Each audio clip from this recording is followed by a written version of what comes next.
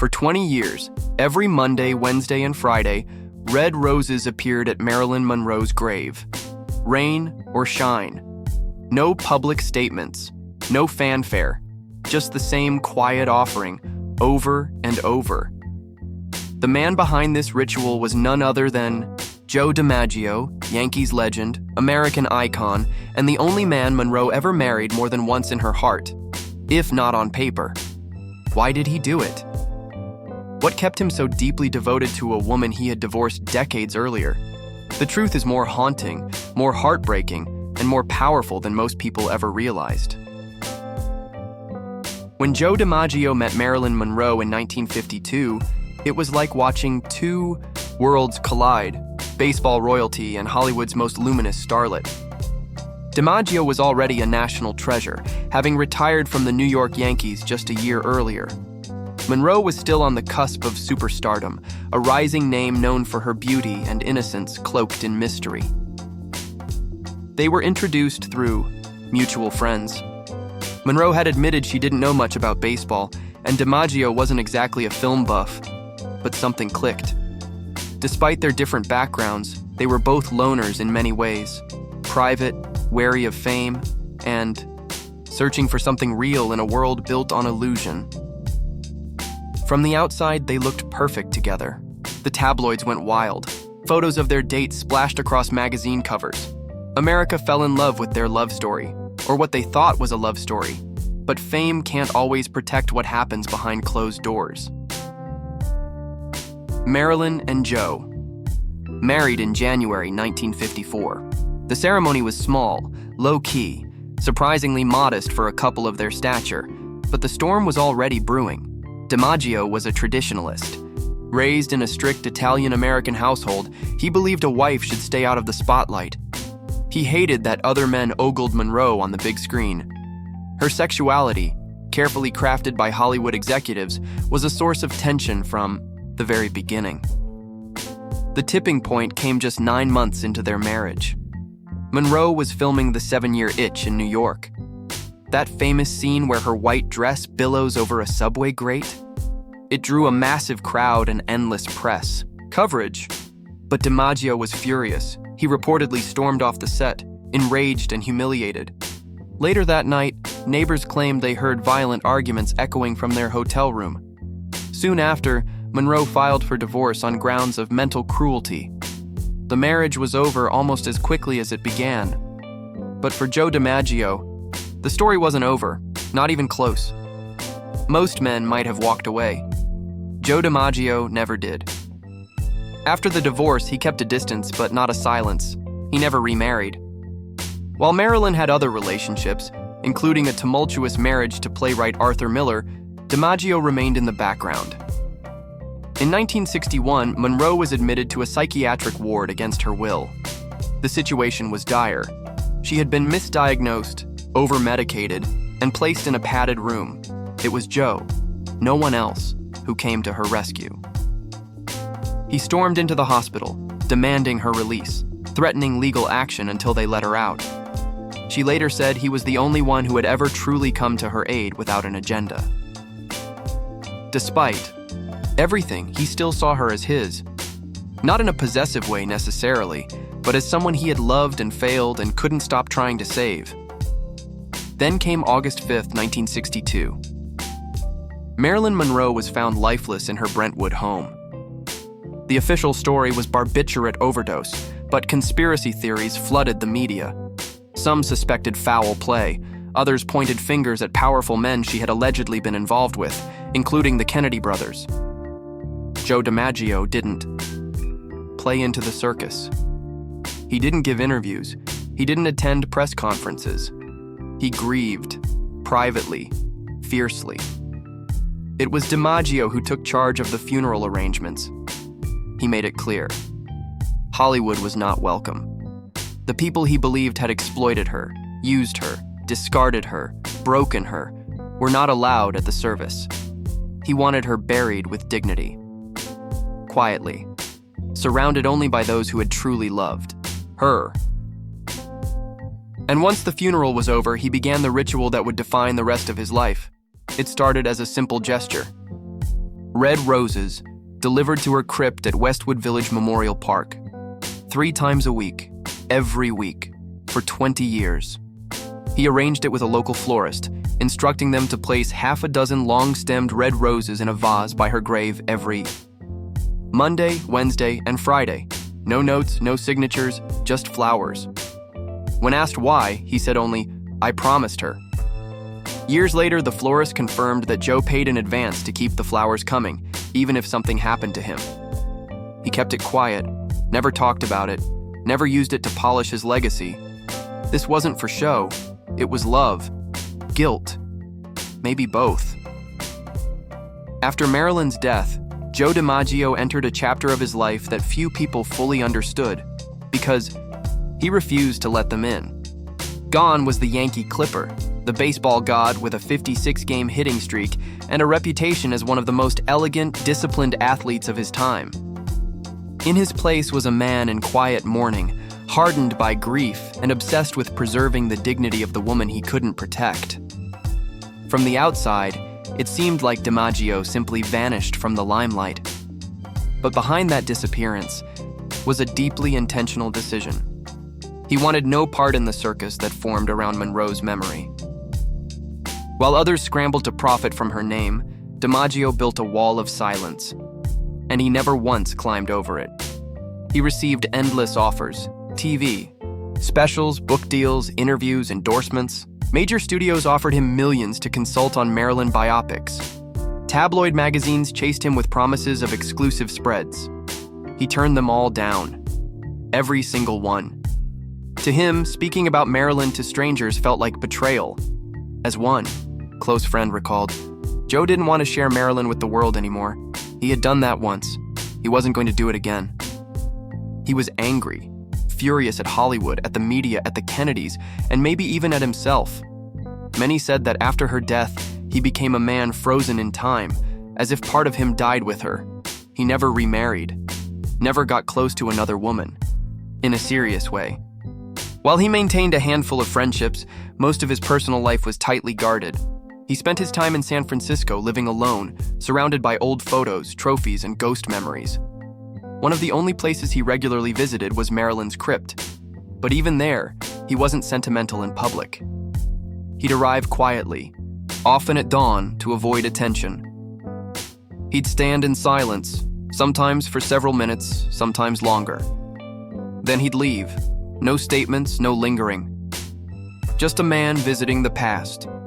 People who knew him best say Joe never stopped carrying the weight of what could have been. He reportedly told one confidant that he believed Marilyn would still be alive if she'd married him again. "I would have protected her," he said. "I wouldn't have let them destroy her." The guilt clung to him.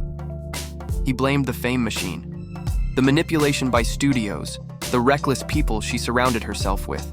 But deep down, he also blamed himself. He had loved her deeply, but he hadn't known how to love her right. At least not then. It's a tragic irony that Joe DiMaggio, who was revered for his calm under pressure on the baseball field, couldn't navigate the emotional battlefield of Marilyn's world. He was methodical, introverted, structured. She was vulnerable, wild, radiant, and desperately in need of emotional safety. They were a mismatch in temperament, but a perfect storm of passion. And after her death, that storm never stopped echoing through his life. Even decades later, DiMaggio would refuse to speak at events that so much as hinted at exploiting Marilyn's legacy. When a documentary crew asked to interview him for a respectful project about her life, he declined. Not because he doubted their sincerity, but because he didn't trust anyone to get it right. To him, Marilyn wasn't a symbol. She wasn't Hollywood's blonde bombshell.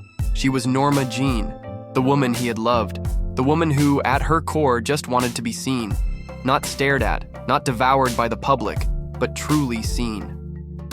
DiMaggio saw her. Maybe too late, maybe not enough. But he never stopped seeing her. In the early 1990s, as his health began to decline, he became even more reclusive. He suffered from emphysema and other complications related to smoking. Friends say his walls grew even higher, and his moods more reflective. He started giving away personal items, organizing old letters, and preparing his estate. One of the most revealing things he did was ensure that his grave would be close to Marilyn's. He wanted to be buried near her, not for show. Not for public memorials, but because even in death he wanted to protect her. It was as though he couldn't bear to let her be alone again. In those final years, he also made sure the flower deliveries would continue.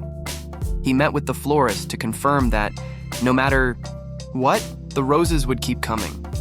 He wanted Marilyn to have that gesture forever, even if he wasn't around to see it through. Some people have called it romantic.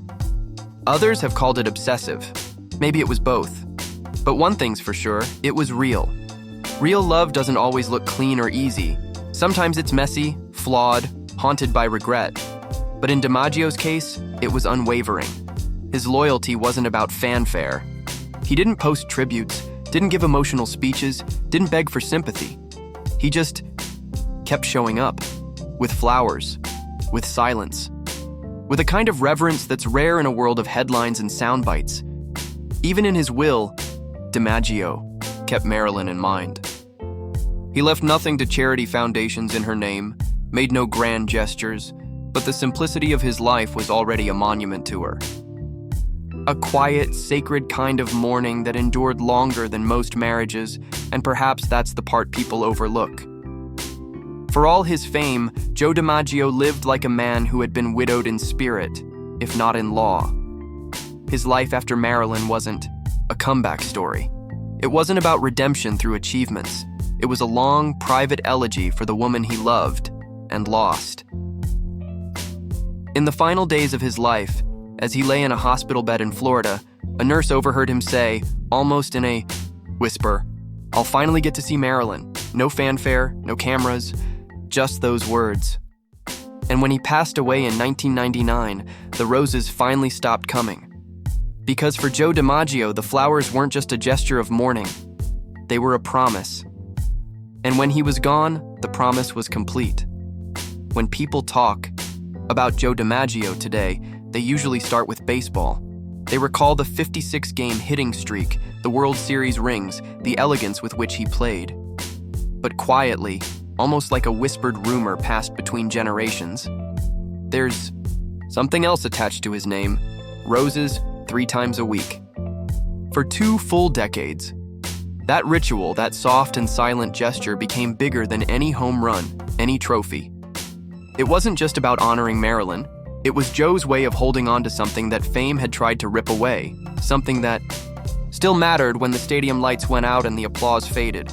Because when you strip away the headlines, the glamour, the heartbreak and scandals, what you're left with is this: a man who couldn't stop loving a woman who never truly found peace. There's a kind of immortality in that. Not the kind carved into statues or etched onto plaques, but the kind that lives in quiet gestures, in flowers, in silence, in memories that refuse to fade. And that's what makes Joe and Marilyn's story so haunting. Most love stories that end in tragedy either dissolve into bitterness or get rewritten until they're unrecognizable.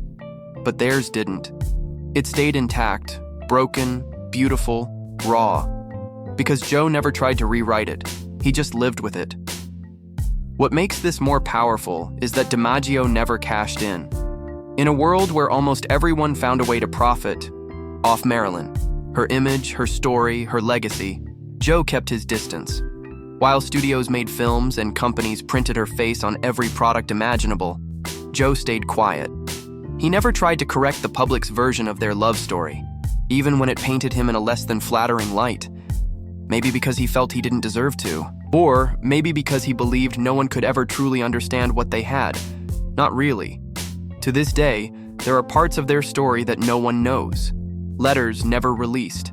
Conversations that were never recorded. Private moments that will remain buried with them. And maybe that's the way it should be. Because in an age where every detail is dissected and every story repackaged for clicks, Joe DiMaggio gave the world something rare. A love story that didn't need to be explained. It just needed to be remembered. Even now, decades later, people still visit Marilyn's grave and ask about the roses. Some say they still catch the scent lingering in the air. Others leave their own flowers, continuing the ritual. A few have even taken to quietly laying a single red rose. No note, no explanation, just an echo of DiMaggio's devotion. It's proof that certain stories refuse to die. They live in symbols, in silence, in the spaces between headlines. Joe never gave interviews about his grief, never stood at a podium and poured his heart out. But every petal placed at her grave told a story louder than words ever could. He loved her, through the chaos, through the misunderstandings, through the unbearable silence of her absence, and maybe that's why their love story, broken as it was, feels so eternal. It wasn't perfect. It wasn't even peaceful, but it was real, and real love, the kind that outlasts fame, fortune, and even life itself is the kind that leaves roses at a grave 3 times a week for 20 years, and never asks for anything in return. When Marilyn Monroe passed away in 1962, it felt like the end of an era. Hollywood had lost its most luminous star, and the world lost a woman who had become more myth than human. But for Joe DiMaggio, it wasn't just the end of a public icon, it was the end of the only person he had ever truly loved. And unlike the millions who grieved from a distance, Joe grieved from the inside. He didn't give statements to the press. He didn't cry on television. He didn't perform his grief. He lived it. In quiet moments, behind closed doors, in the stillness of empty mornings, and the endless ache of memory. He became a man known for what he didn't say. And somehow, that silence spoke louder than anything the tabloids could print. There's a certain kind of nobility in the way DiMaggio carried his heartbreak. He didn't capitalize on it. He didn't rewrite history to make himself look better. He didn't cast blame, though he had plenty of reasons to. Instead, he honored her. Not with headlines, but with habit, with devotion, with discipline. Because that's who he was. It's no coincidence that Joe DiMaggio, the man who played baseball with such precision and restraint, grieved with the same quiet intensity. In his mind, love wasn't about grand speeches or constant validation. It was about showing up, over and over, whether or not anyone noticed. And for 20 years, he showed up, with roses, 3 times a week. To the world, it became a symbol, a headline, a legend. But to Joe, it was never about symbolism. It was a vow that she would not be forgotten. That in death, she would find the respect and dignity she had been denied in life. And perhaps most haunting of all, he kept that vow without ever asking for redemption. He didn't need to prove that he'd changed. He didn't need to reclaim the spotlight. He simply chose to live the rest of his life in quiet atonement. Because the truth is, Joe DiMaggio didn't just lose Marilyn Monroe. He lost his chance to get it right, to protect her the way he wanted to give her the peace he believed she deserved. And maybe that's why he never tried to move on. Because when you love someone that deeply and fail them that completely, it changes you, permanently. What makes their story linger decades later isn't just the tragedy. It's the loyalty, the rawness, the silence. In a world obsessed with image and performance, Joe DiMaggio chose something more enduring: humility, fidelity, grief that didn't seek an audience. He lived in a time before therapy trends and vulnerability podcasts. He didn't have the language for what he felt, but he knew how to show up. He knew how to keep a promise. And perhaps that's the most powerful kind of love, the kind that doesn't need to be spoken, the kind that lives in action. Today, Marilyn Monroe is still everywhere. Her face printed on canvases, t-shirts, memes, her name invoked in conversations about fame, beauty, and downfall. But the real Marilyn, the insecure, wounded, brilliant, aching woman, only ever belonged to a few.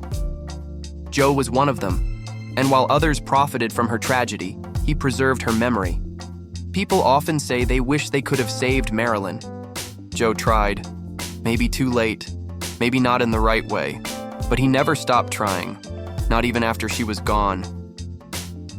There's a quiet beauty in that kind of persistence, a pain too, but a beauty that transcends the headlines and reminds us what love really looks like when the cameras stop rolling. It's not always glamorous.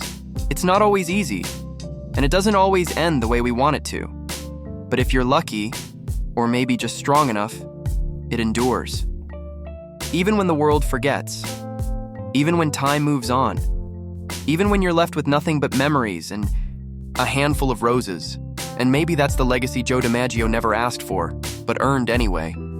Not just as one of the greatest baseball players who ever lived, but as the man who loved Marilyn Monroe longer in death than most ever could in life. A love story sealed in silence, wrapped in thorns, and laid gently again and again at the foot of her grave.